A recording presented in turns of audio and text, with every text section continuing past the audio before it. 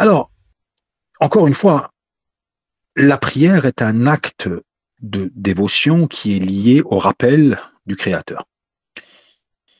L'acte de prier est lié d'abord à l'idée même qu'il existe quelque chose au-delà de nous.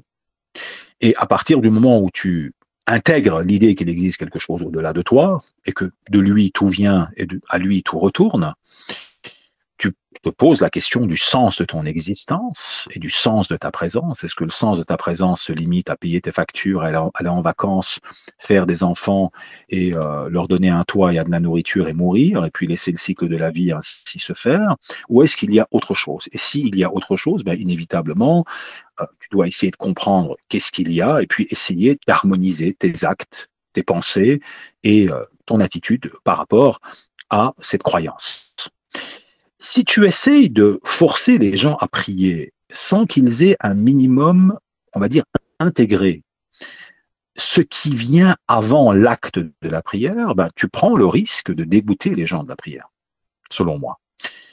Donc, personnellement, je recommanderais aux gens de s'asseoir et d'essayer de dialoguer, et d'essayer de parler, et d'essayer de faire comprendre les choses plutôt que s'inquiéter du fait que quelqu'un ne prie pas. Si quelqu'un ne prie pas, pour moi, je préfère, si tu veux, quelque part, alors je sais que ça peut choquer certains, mais mieux vaut que quelqu'un soit en cohérence avec ses idées, plutôt qu'avoir quelqu'un qui pratique quelque chose auquel il ne croit pas du tout, et dès qu'on aura le dos tourné, ou dès qu'il va avoir quelque chose dans sa vie qui va lui arriver, ben, il va complètement retourner sa veste. Et donc, pour moi, on ouvre plus la porte à l'athéisme lorsqu'on force les gens à une pratique rituelle dénuée de tout fondement spirituel, plutôt que, si tu veux, laisser les gens en cohérence entre leur spiritualité et leurs actes et essayer éventuellement de dialoguer, de parler, et quelque part de proposer une vision du monde qui, si elle convainc la personne, ben, inévitablement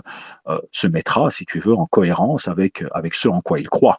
Donc, je pense qu'il ne faut pas forcer les choses en la matière parce que ça peut être beaucoup plus contre-productif, surtout dans des sociétés où ni la culture ou ni l'éducation ne promeuvent ce genre de choses. C'est-à-dire qu'en fait, tu peux pas, toi, aujourd'hui, aller à l'école, euh, étudier tous les philosophes qui existent, vivre dans une société libre et ouverte, avoir accès à Internet, avoir accès à toutes les informations, et puis à la maison, avoir des gens qui te disent il faut que tu pries, il faut pas que tu réfléchisses. Ça marche pas. Ça ne fonctionne tout simplement pas. La seule chose que ça crée des schizophrènes en fait. Tu vois.